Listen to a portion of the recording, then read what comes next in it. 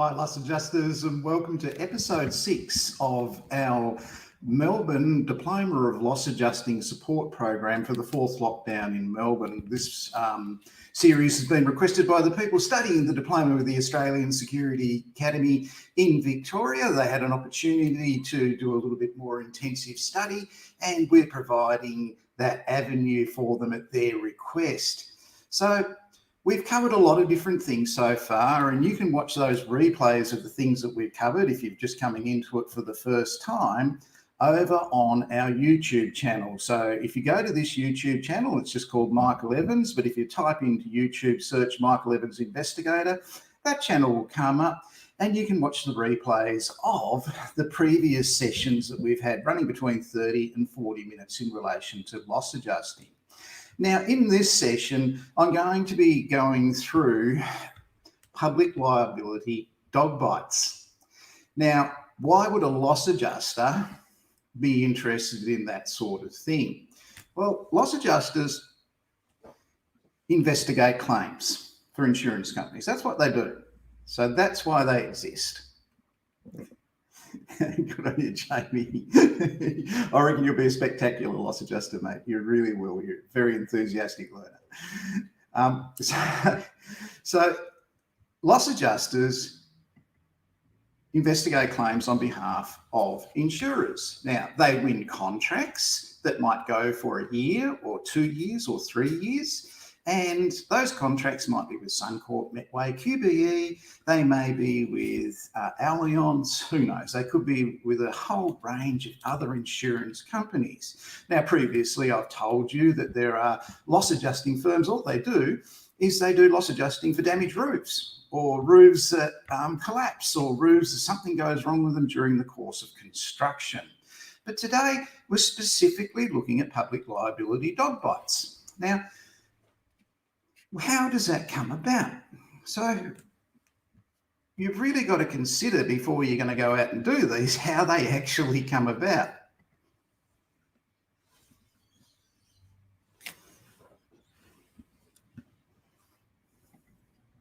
So the dog could bite someone at your home. It could be your pet.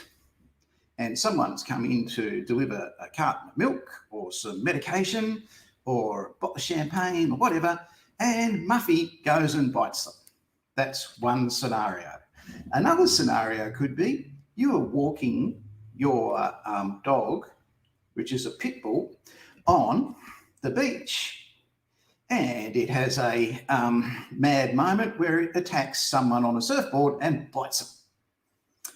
So how does that come about your home and contents insurance? Well, your home and contents insurance, if you have it, even if you are renting your property, covers you in most circumstances for claims that are even made against your public liability, even away from your home.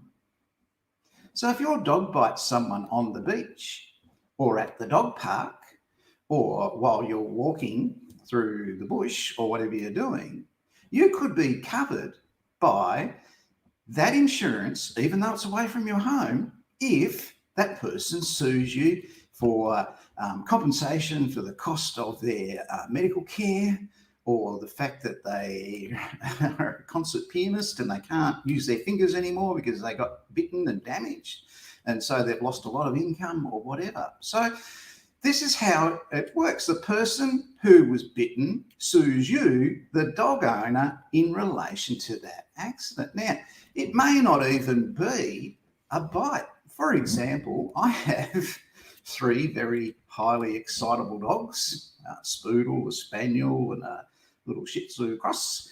And if someone leaves the gate open, they're going to take off straight out that gate. They go for a walk every morning, every one of them.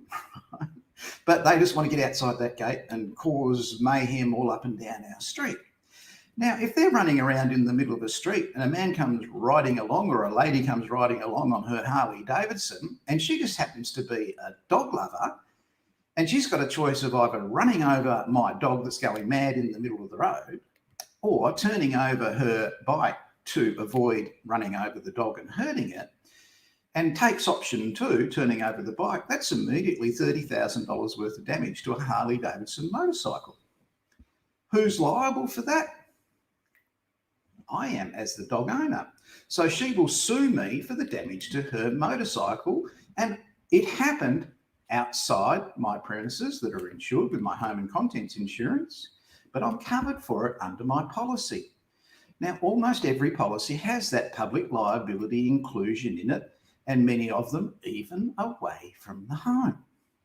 So you have some kind of protection against accidents that are not your fault, that are unforeseeable, that you caused.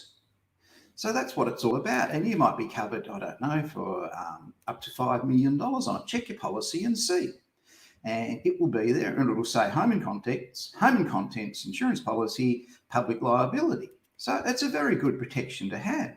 And quite often, people that cause accidents, if they have nothing else, if they have no property of their own and no money in the bank and a nasty lawyer, will go after their home and contents insurance based on that's the only option they've got. So something that does protect you if you do have it.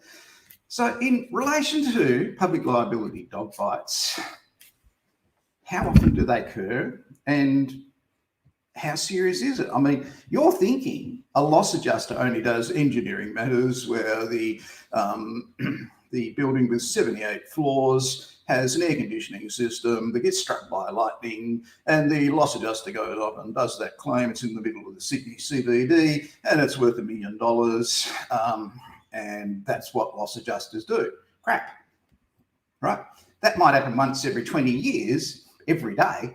A loss adjuster somewhere in Australia will be doing a public liability dog bite matter, or it could be a public liability cat scratch.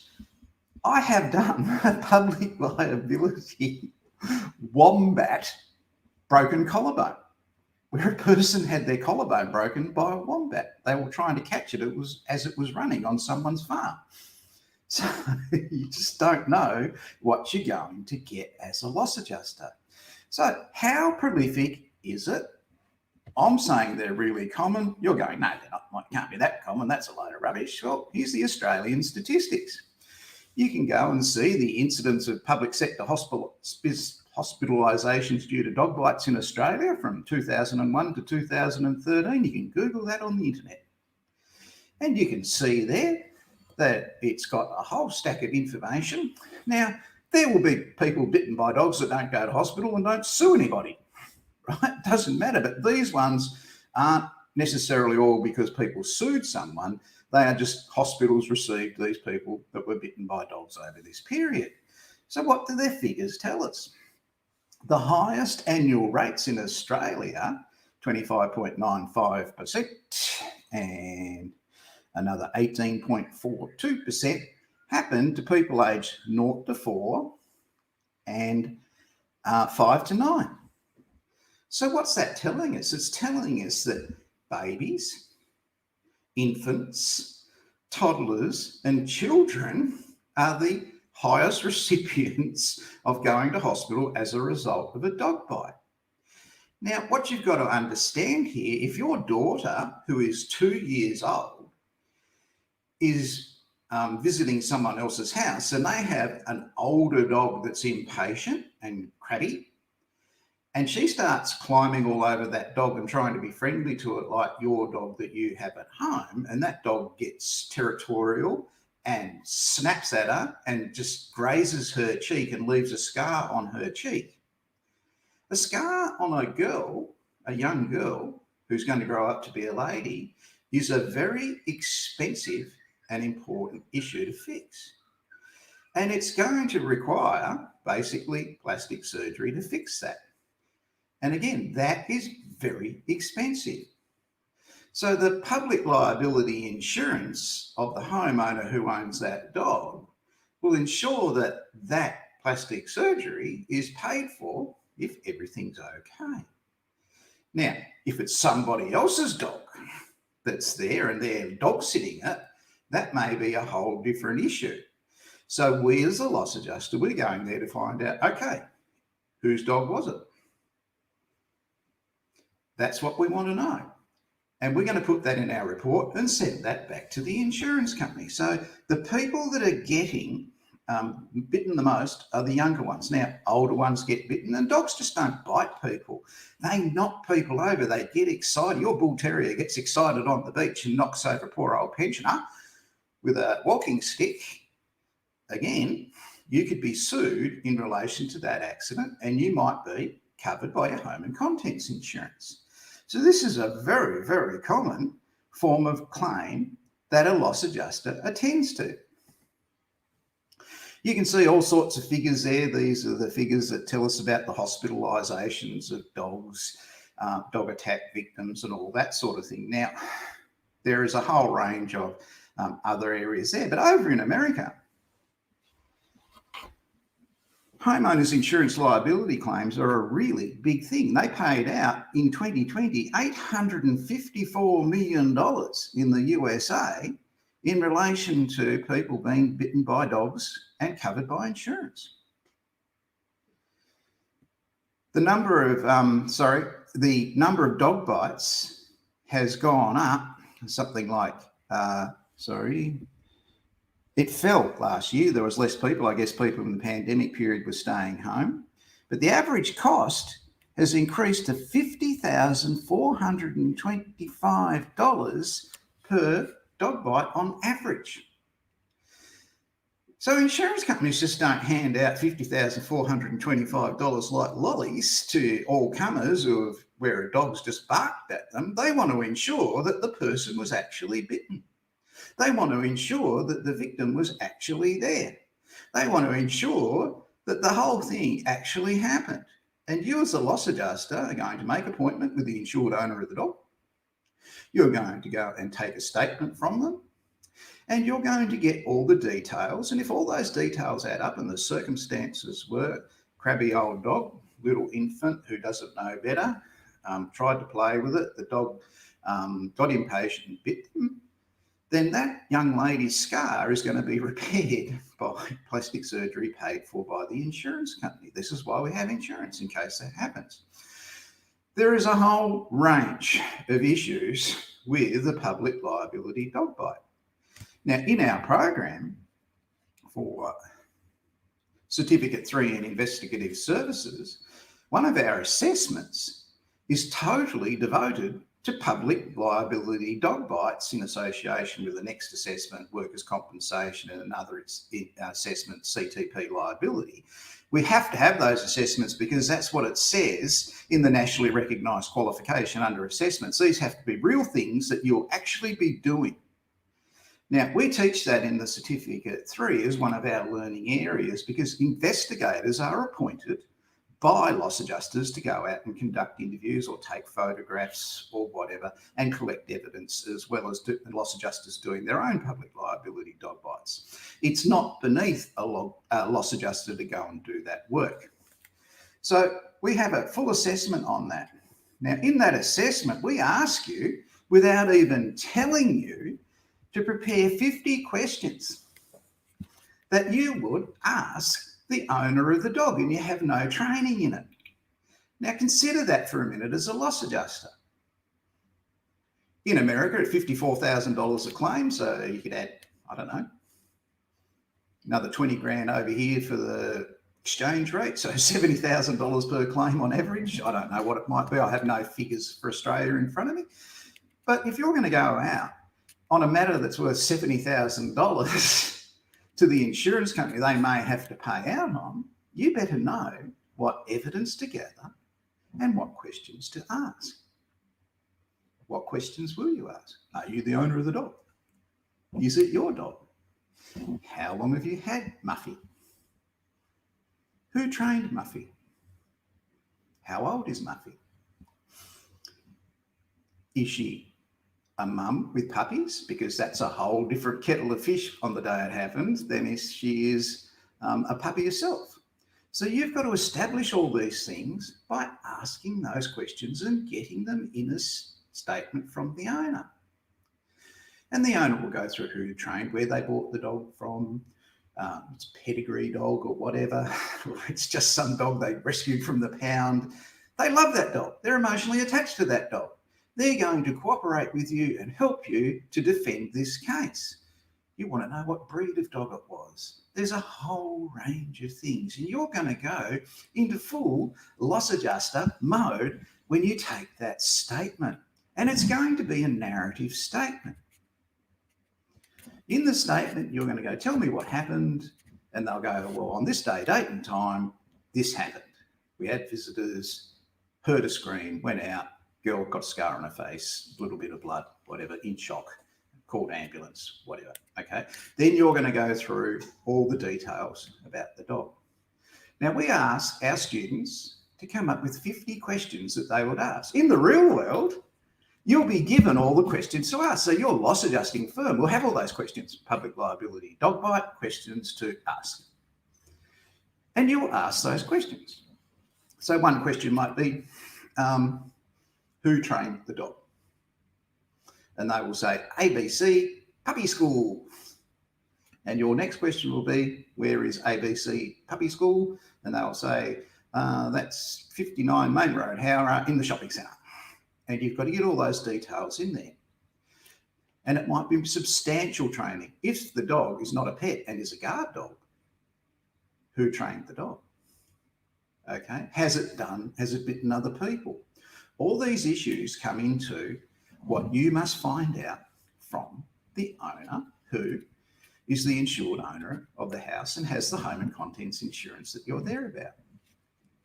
Now, I don't care how good an investigator you are and how good your questions are. Every answer you get from those people who you interview is going to lead to 3 more questions. You don't just ask the questions that are on your sheet. Were there any witnesses to the attack? Yes. Who were they? Mary, Bob, and Philip. What's Mary's name, address, and contact details? What was Mary doing there? What did Mary say after the attack? That's what you're going into that depth to find out. Okay, then you get Bob's, and then you get Phillips, and on and on and on. So that's what you do. You go through your sheet, you ask those questions on it. You must be prepared to go further into it, as Pat Flynn said yesterday, remember, with the vacuum cleaner and the ring that couldn't have gone up the vacuum cleaner, the very expensive ring, because the vacuum cleaner didn't work. Now, the dog's working fine. It's still there. It barked at you when you went in. All right, that's not an issue here. You need to get the details of all those different things. Have the council threatened to make it a dangerous dog? All this information you will get, and it'll be in your format. Now, as I said, I don't care how good an investigator you are, you've got to be prepared to ask questions after you receive that answer from those pro formas. Every loss adjusting firm has pro formas.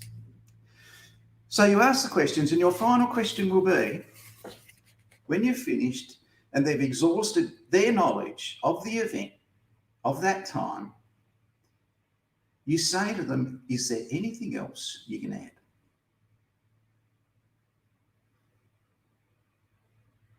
And then you go very quiet. And they'll think for a minute and they'll go, oh, I don't know if this is relevant, but this, and this. So you don't just stick to your questions on your sheet. At the end, you say, is there anything else you can add? If you interview me, I've been to court on 35 occasions. I've been cross-examined on 32 of them. I don't want to go back to court and be cross-examined ever again in my life, right? So you can ask me all those questions. And I've got some really important information I'm not going to tell you unless you ask. But if at the end of all those questions, you say to me, is there anything else you can add? I say, well, I think this might be important, this, and this. And I'll tell you because you respected me and asked me, and you just didn't leave it at those questions.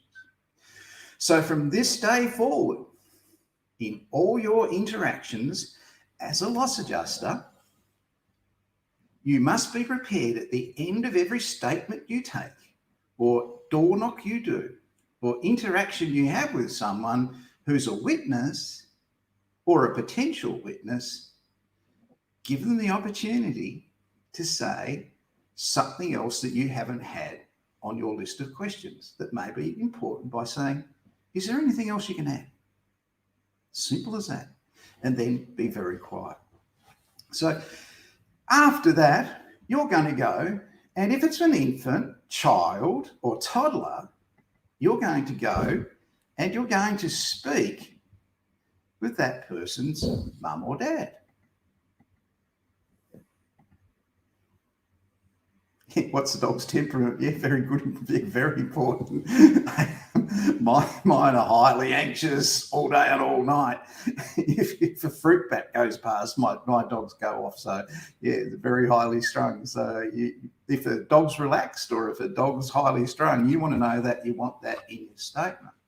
The next person you're going to go and speak to is the parent of the child. Now, you might think to yourself, oh no, this child is going to have $70,000 worth of plastic surgery. They're not going to cooperate with me. It's going to be really difficult. They're going to be hard to get along with. They're going to be anxious to get all this. They're not. If they cooperate with you, they're going to get some kind of compensation out of this. Generally, they will, if everything's all right. And it actually did happen. They will get it. And you'll go and speak to them. And it's quite amazing speaking to the parents of victims of those sorts of things. So I spoke to one lady once and she said to me, yeah, what he did, he was 1.5 and he climbed over the back of this big Labrador. It was old and it pulled its tail and the Labrador snapped and got him on the cheek. And she said, it is a boy, he's got a scar, he'll be fine. That's what she said. And I've spoken to other people. Yeah, look, my daughter, she got a scratch on the cheek. Yes, she's got a scar there, but I think, we'll be pretty right. We'll be covered by this. They're not anxiously trying to screw you or not be cooperative with you or blame you. They're trying to honestly get through it, matter-of-factly, helpfully, and try and get a resolution and an outcome that happened at their best friend's house. So this is a pretty good accident to have. It's not like the veranda collapsed, someone died and 16 people got injured. This is one person got snapped at. Well, we've all probably had it. Every one of us probably had it somewhere along the way. You'd be lucky if you hadn't. One of those research screens that I put up before, they said that practically 50%, almost 50% of married people with children have a dog. So that's just a dog. I think there'd be a lot more cat owners and you get scratched by a cat on the cheek as much as you can be bitten on the arm or fingers or face by a dog. So you go and speak to the person who's the parent of the child and you get the statement from them. Okay. And from there, you go back and put your report together. Now you'll have evidence of the dog's registration, maybe a photo of the dog, maybe graduation photo of the guard dog graduating from our station training school, whatever it is. You'll have the warning letter from the council declaring it a dangerous dog, and you have to have a sign up that there's a dangerous dog and all that sort of thing. And there's a whole range of other, if it's a contractor that's entered the property and they've been bitten, there'll be, other parts of your pro forma. It's not a child that's bitten. So you put all that into your report and send it back to the insurance company. So it's not complicated. Someone has to do it.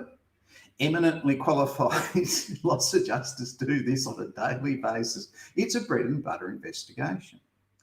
Now, the other thing I wanted to cover with you this morning, and it's very important, is you are studying the Diploma of Loss Adjusting.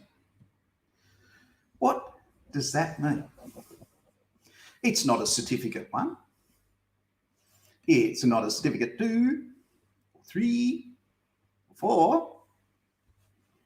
It's a diploma.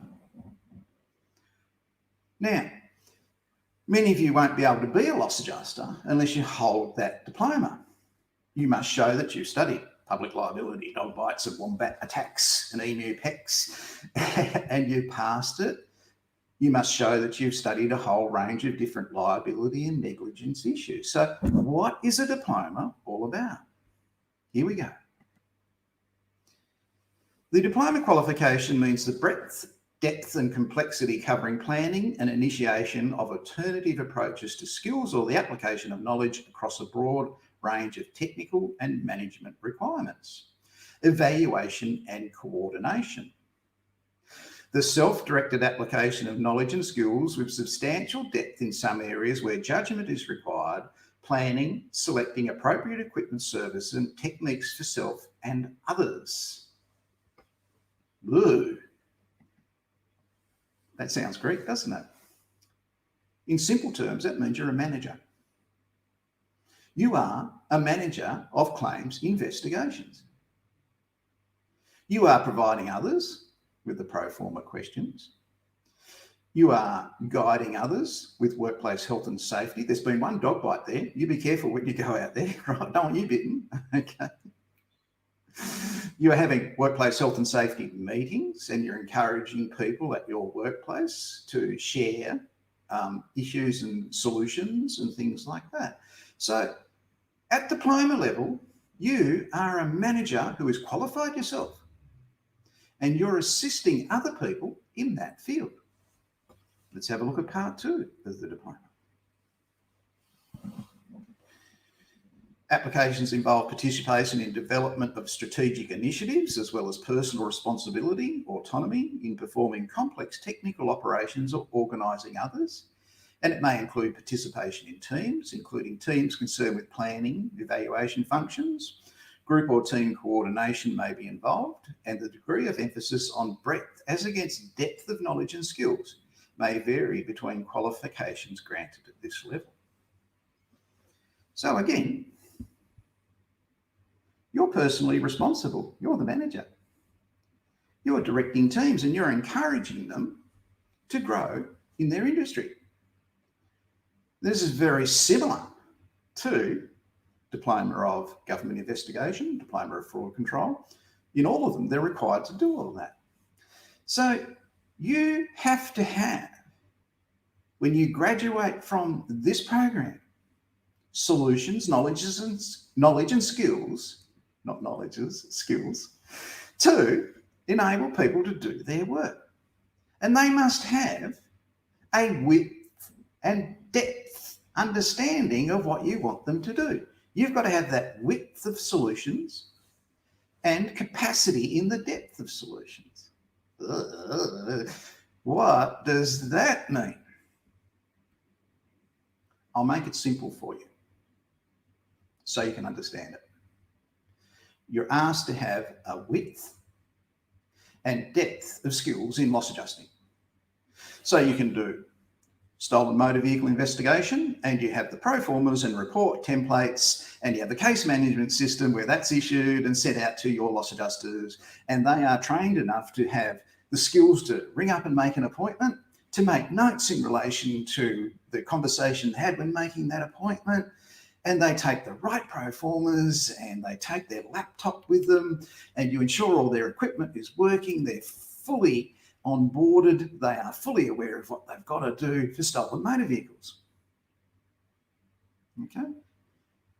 Plus, on the same day, they might have a general insurance, let's see, in another case, another claim might be a general insurance public liability dog bite. So they're doing stolen motor vehicle one day, public liability on the same day, and they may also have a slip, trip and fall for workers' compensation on the same day. So you're ensuring they understand that width of investigations and claims that an adjuster does. That's your responsibility as a manager. They're working for you and doing that. And you're growing and developing that team. And you're developing and growing that team by helping them through their diploma so that they can do it with other people. And you have capacity built to have a team of qualified people at your organisation. And they are onboarding and bringing through emerging loss adjusters in the future. So do you understand that? And people say, no, I know. All right. Okay, make it really, really simple. 3 people in your office have just got the Diploma of Loss Adjusting. It's Friday and you have been put in charge of going down to the bottle shop. Here's the credit card. Go down to the bottle shop and buy all the drinks. for a celebration. So you go down to the bottle shop and you have a look at it and you go, oh, now let's see. We'll have to get some $75 Shandong and some $99 Moe, and there's some $3 stuff over the back for the guys. So they're our choices. That's the width of our choices. So there's a wide range of choices. The width of your skills, public liability, dog bite, workers' compensation, slip, trip and fall, could have been a lifting accident, could have been hit by a moving object. All your people are trained in that width, okay? What's depth? Depth is the fact that you'll have 6 bottles of this one, 4 bottles of that one, and 10 bottles of the really cheap one. Depth means if you are asked to handle 14 claims in a 21-day period, you can. And you've been trained to do that. So at diploma level, in loss adjusting, you have the ability to manage those claims. So some have got to be back in 21 days. Some have got to be back in 14 days. A really urgent one, stuffed up by another loss adjusting firm because the guy had a flat tyre, has come through to you and it's got to be back in 48 hours. You've got the depth and the width to deal with that. That's what the diploma means. And you holding that diploma when you go for tenders with insurance companies is their assurance that you have all that. You have the skills. You have the people skills to deal with the people who are making the claims, the owner of, the parent of the infant in a dog bite. You have the skills to deal with the owner, the insured owner of the dog in a highly emotional dog situation. We don't want our dog getting into trouble, okay? I mean, if it's really bad, the council will put down a dog. So you've got to have the skills to deal with all those people in all those different situations. Workers' compensation, psychological injury, and the diploma here that you're studying says, yes, you can do that. There's your diploma. So that's what it means to hold the diploma. People will be back later on this afternoon. We're looking at who is a worker with Pat Flynn. I'll see you then. Thanks for watching. I'm Mike Evans from the Australian Security Academy.